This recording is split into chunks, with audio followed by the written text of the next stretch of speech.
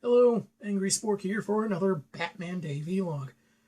The term Bat Family has been thrown around quite a bit these last few years, and to be honest, while typically you'd think of something more closely knit, sometimes it comes off like they're using it as more of a slogan, like the Flex Seal family of products, or the way your boss says your company is a family, and they won't hesitate to disown you. I mean, if you stopped a few crimes in the Narrows while wearing a mask, you're in the Bat Family. Did you happen to work alongside Batman on a case once, even though he did most of the actual work? You're in the Bat Family. Have a layover in Gotham Airport for about an hour. You're in the Bat Family. At least for me, when you're talking about the Bat Family, I think you should consider if the characters involved serve a role or purpose in both the life of Bruce Wayne and the mission of Batman.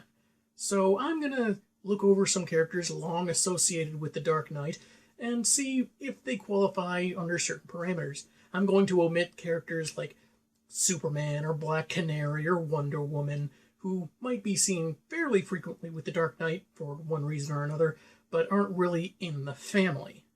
And I'm not just talking about, oh, well, they're the female version of this, or they're the rebel, or some cliched non-trait. And I'll grant this is just my opinion, and I'm sure that there's some things that I'm not aware of that could change my mind on some things, but maybe not on others. In any event, I don't mean this to be taken as some kind of universal observation.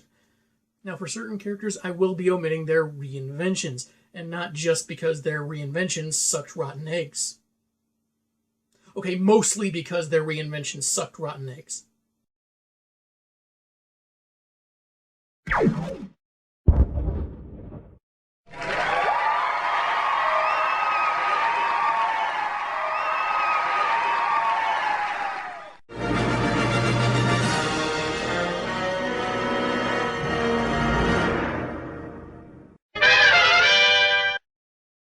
Now, this is a no-brainer. Alfred is loyal, wise, doting. He's a grounding force for when Bruce or his charges get too far into the life, patching up the wounded and helping with the equipment, willing to help, but he's not a doormat. He's disagreed with his boss on several occasions and even left him a couple of times, at least pre-Flashpoint. He's always a good source for sagely advice and, I would assume, some decent tea. If you drink tea. Obviously, he's a father figure to Bruce, and more of a grandfather figure to some of the more young heroes, certainly Damian, and arguably maybe Stephanie, Cassandra, or Duke. So certainly, he applies. How reassuring.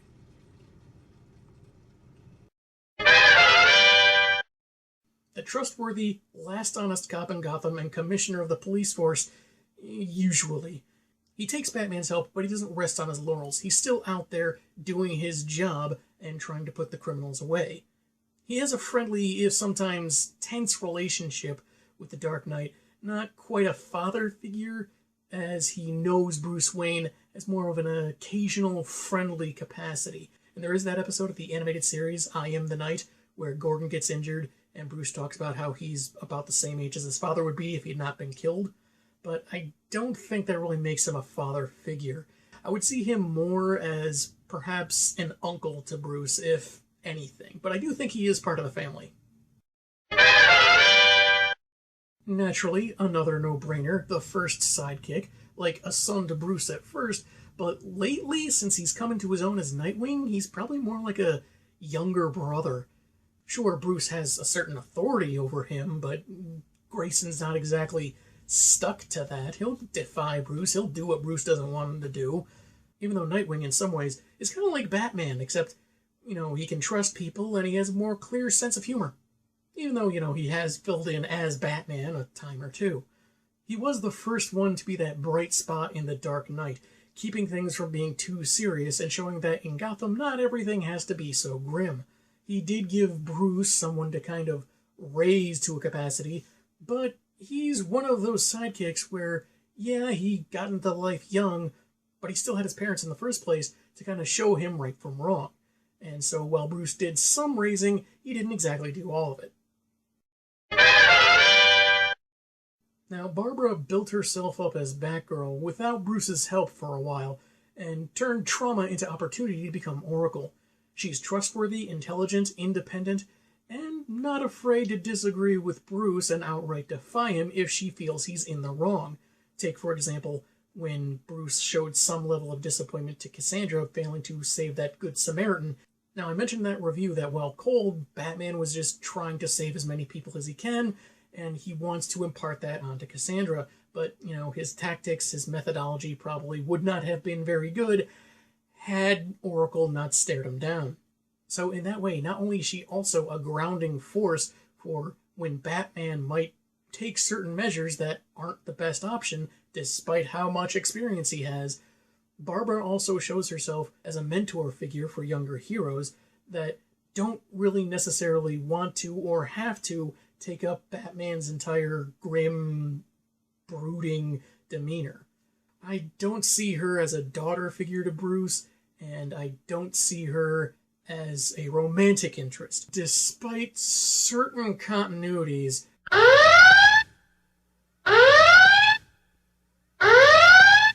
Really, since she's gotten older, I would see her more as a younger sibling to Bruce, someone who has a certain level of authority in the family over the younger heroes, but, he still does call the shots most of the time. Selena Kyle. Definitely a tricky one, I'll admit. She has been largely known throughout history as an adversary to Batman, if with some flirtation between them, and recent years has seen her turn a more heroic leaf, working alongside Batman, helping people, and so forth. She even learned his identity, and they were almost going to get married, and maybe in the future they are married, but they are basically a couple now. Sure, she has committed crimes, and Batman doesn't always agree with her methods, not to mention she's often been a source of seductive temptation for him, but they do seem to genuinely care for one another, so it makes sense that she be the wife or girlfriend / significant other. Though, for some reason, I feel like she might be kind of in the family and not the family at the same time. I know it's weird, but like I said, this is just how I view it.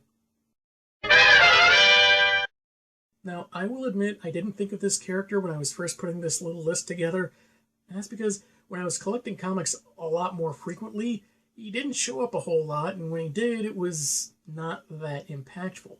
Now, he has kept Wayne Enterprises going and developed much of the technology Batman utilizes, but because my personal experience with the guy is kind of limited, while there does seem to be a friendship between the two, it is largely work-related, and while Wayne certainly cares about the guy, but he is more of a work friend.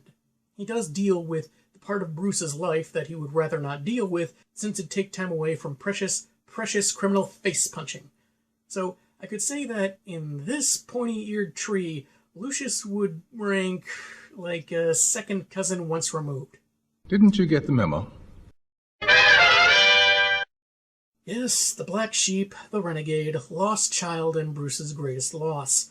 Plenty of drive and potential, but too angry and reckless, which is why he died.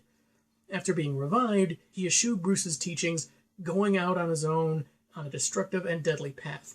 His connection to Bruce and his contemporaries is undeniable, but he kind of disowned the family by rejecting the Bat's methods, and even fighting them on occasion. If he had stayed dead, he would have been another son. And I don't care for how the New 52 treated it like, oh yeah, he kills people, yeah, he works, outside Batman's methods and he wears a symbol, but hey, everyone thinks he's just the cool older brother that'll sneak them beer and stuff. Like, no. It's like, they really should have portrayed him more on the outs with the Bat family for him being a killer, but it's just treated like, hey, he's snarky, so it's okay. Like, now, speaking of her post-crisis iteration, Helena's methods often put her at odds with Batman, regardless of where she operates, if she's on the JLA, or if she works with Oracle, or just generally in Gotham for some reason. Not particularly close to Bruce Wayne, and depending on the continuity, might not even know his secret. Other than the version that's his biological daughter, I'd say this one's not really part of the family tree. The mute, hunchback, mechanical whiz. Knew Batman's secrets, stayed in the cave, though ultimately betrayed him to Hush that one time, and then got killed. Really more of an employee that Bats and Alfred were on friendly terms with, what with giving him a place to stay away from those that scorned him, though he kind of fell into obscurity even before his death. I only read him a few times during Nightfall and maybe a couple times after that, meaning I couldn't really get too invested in the guy. I am aware that he's been retconned back into existence, still helping Batman, and maybe he's done well, but given DC's track record lately, I maintain my skepticism. So is he really part of the Bat family? To me, it's kind of tenuous. I can't really say yes or no definitively. Of course, there's a character that slipped my mind when I was doing the video segments. She was a friend to Thomas Wayne, and when he and his wife were shot, she acted as kind of a surrogate mother to Bruce, though it was a while before she found out it was him behind the pointy ears. While working at her clinic in the slums of Gotham, she's helped patch up some of the vigilantes every now and again, but she is firmly against what they do, as she is a pacifist. In fact, her creation was based on a real-life pacifist, activist Dorothy Day. While her medical expertise can be invaluable, she also has a moral opposition that I do think is a healthy counter to what Bruce does. He's not really in it for the thrills or the violence, he just sees it as the best way to curb crime in Gotham. But Dr. Tompkins can be a good counterweight to what the vigilantes do. Bruce recognizes this, but he's still very protective of her. It's something that can be great if done well, not when, say, she lets Stephanie Brown die to scare other teens away from vigilantism. Yeah, great idea, that. Though despite differing viewpoints, she definitely qualifies as a member of the family. Aw, look at Batman being all sweet with the granny lady. Very bright, and more like Bruce in terms of deductive analysis. Became a crime fighter because he recognized Batman needed a Robin to watch his back and keep him from going too far, especially in times of tragedy. Very much like a son, but he could be seen as a nephew because, sometimes his parents are still alive, at least one of them. But he does provide a similar role that Grayson did when he was Robin, not just helping Batman out in the streets, but also being there for Bruce in times when the cape is not necessarily a factor. Also someone that Bruce can guide as he grows up, like when he was concerned about what evil Cassandra told him about his costume, and Bruce putting those fears and suspicions to rest because, she was just that troubled at the time. By really stupid editorial mandates. So certainly Tim Drake is part of the family. Jean-Paul Valley, or Jean-Paul Valley, as I first thought it was when I first read it, because I've never heard the name Jean-Paul before. Not really a family member, if you ask me. Sure, he wore the ears for a while and was an agent of the Bat sometime after that, but he never really had much of a personal connection to Bruce. So this is another more work-related connection that, yeah, he might care if the guy lives or dies, but he's not that close. The girl from the suburbs, driven to stop her dad for being a criminal, but even though she wanted to keep crime fighting, she was told repeatedly to stop. Her home life may not have been as stable as Tim's, but was more in a middle-class situation. She was inexperienced and sometimes reckless and overconfident, and given what happened with Jason, Batman might have had a point in telling her to hang up the cape. But she learned, overcame obstacles, and proved herself over time. While she's disagreed with Batman, it sometimes comes from a personal indignity rather than a different informed perspective. She's not so much a daughter, but more like a close family friend, kind of part of the group, kind of not, potentially able to be objective, but sometimes lacks a certain perspective. But that does help make her more relatable to the reader when it's done well, i.e. not by Tinian. She's far more friendlier with Barbara or Tim or Cassandra than she is with Grayson and certainly Bruce. And of course, we all know she had kind of a tense relationship with Damian for obvious reasons. So I got so wrapped up in the characters originally from the comics, I neglected to remember the animation original Terry McGinnis, and that's the version I'm going with, since I don't really know what they've been doing in the comics the last several years. other than Tim Drake having a stint in the suit for a while. He was older than most of the other sidekicks when they joined up with Bruce, being 16, 17, something thereabouts, so most of his formative years he had a mom and dad even though they were divorced. Mcginnis had your standard teen angst, troubled, angry, but he did generally mean well. And while there are several times he disagrees with and gets upset with Bruce, he does take the responsibility of Batman pretty seriously. For whatever reason, most of the other sidekicks and allies don't have any contact with Bruce anymore, and Mcginnis is a sign that Batman's mantle can be carried on, taken into the future to further protect Gotham. While perhaps not necessarily getting to every subject a father might with his son, Bruce's mentoring does help Mcginnis grow into adulthood. And outside the cape, Terry shows he does care about the old man, even when he's ticked off at him. So yeah, definitely part of the family. Though this might be a bit of a hot take for some and you might not agree, but the retcon that in some weird science fiction-y way Bruce is Mcginnis' biological father, I don't know if it was entirely necessary. Don't get me wrong, I enjoy Epilogue, think it's a great series finale of sorts for Batman Beyond, but to go back to what I said earlier about Bruce finding a kind of family outside his bloodline, I think the episode still could have worked if Waller had just picked out the Mcginnises to be killed so Terry would become Batman just out of psych evaluations and so forth. But of course Phantasm doesn't go through with it because they're going against Batman's beliefs in order to create another Batman. Maybe I'm overthinking it, maybe I'm being too cynical for no reason. Maybe I'm scrutinizing this too much because of the last several years of, hey, let's add more people to Bruce's bloodline for no reason. My Batgirl numero uno shares Batman's disdain for killing, but from a different angle than him, uniquely aware of what it's like to take a life and equally capable of preserving it in extreme situations. If she had to, she could probably take bats in a fight, but still has things to learn and can be very impressionable.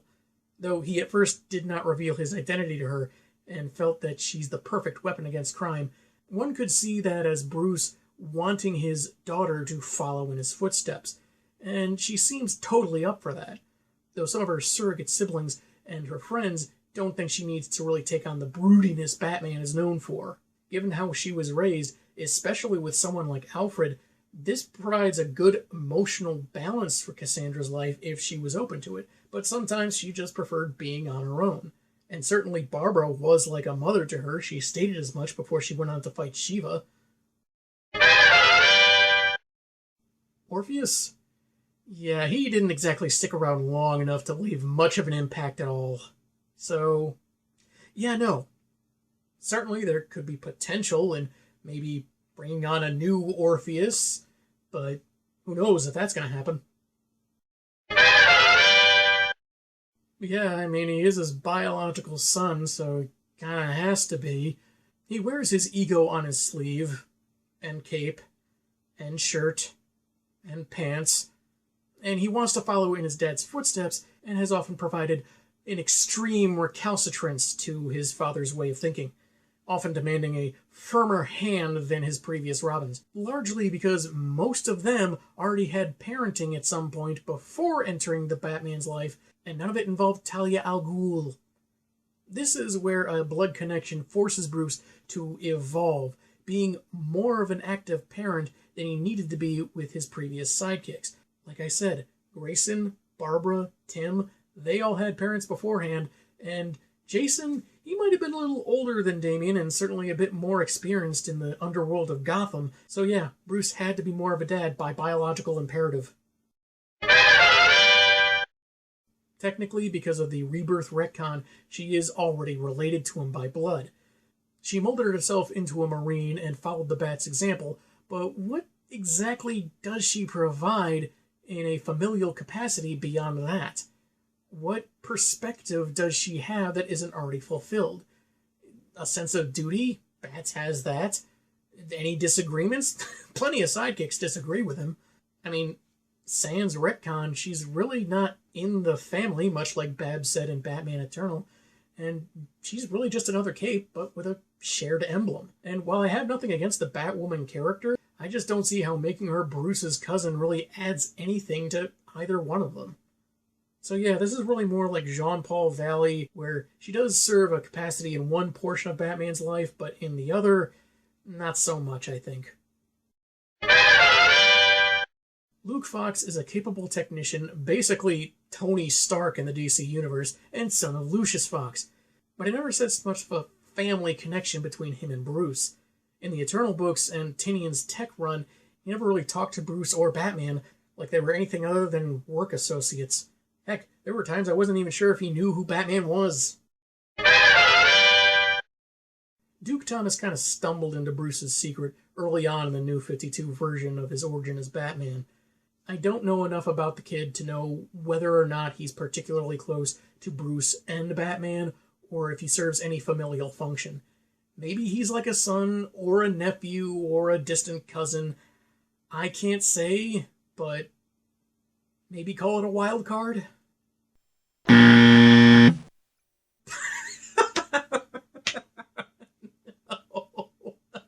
Not in the least. She's not really a branch on the family tree. She's more like a weed that you dig up at the roots and then you throw on the concrete and you spray it with a whole lot of weed killer. You empty the bottle with that sucker and then you wait for it to dry up and then you set it on fire. Ace the Bat Hound is part of the Bat family. Damien's dog, Bat Cow, Bat Cat, any of these pets Damien has, they're part of the Bat family, not Harper Row. They probably leave less feces around.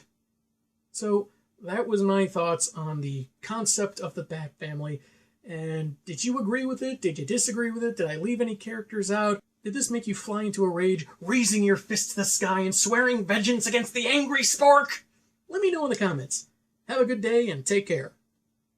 And get vaxxed, please.